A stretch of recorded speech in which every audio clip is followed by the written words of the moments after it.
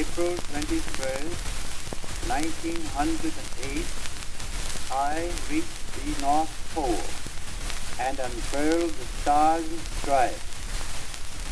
The expedition was equipped at Gloucester. All was ready on the evening of July 3rd, 1907. There was no public announcement made as to our ultimate intention. We were not backed by an Arctic trust.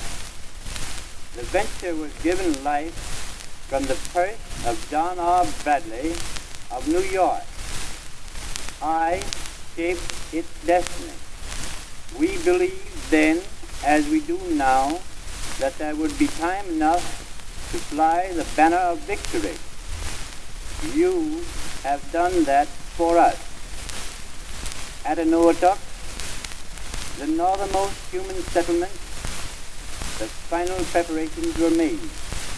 After the long winter night of 4 months, the dog train of 11 sleds, under the lash of expert Eskimo drivers, left Greenland for the American shores. In darkness and cold, we forced a new way overland to the Pacific slope. The shores of the Polar Sea were reached over game trails on March 18, 1908.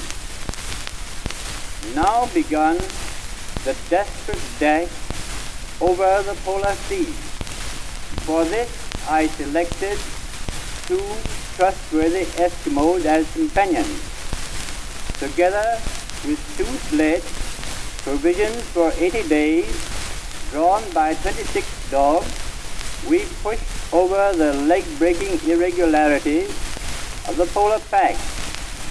300 miles from the pole, new land was discovered, but beyond we advanced steadily over a moving sea of ice with no land, no life, nothing to mark the virgin area over which we traveled. At the pole, 2 days were spent to complete the observations. We were glad to get there, glad to be the first to raise the flag on the northern axis, but we found nothing very wonderful, only a shifting desert of frost drifting with the prevailing wind. No life, no land.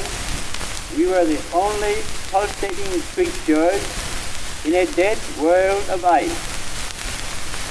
On April 23rd, backs were turned to the pole.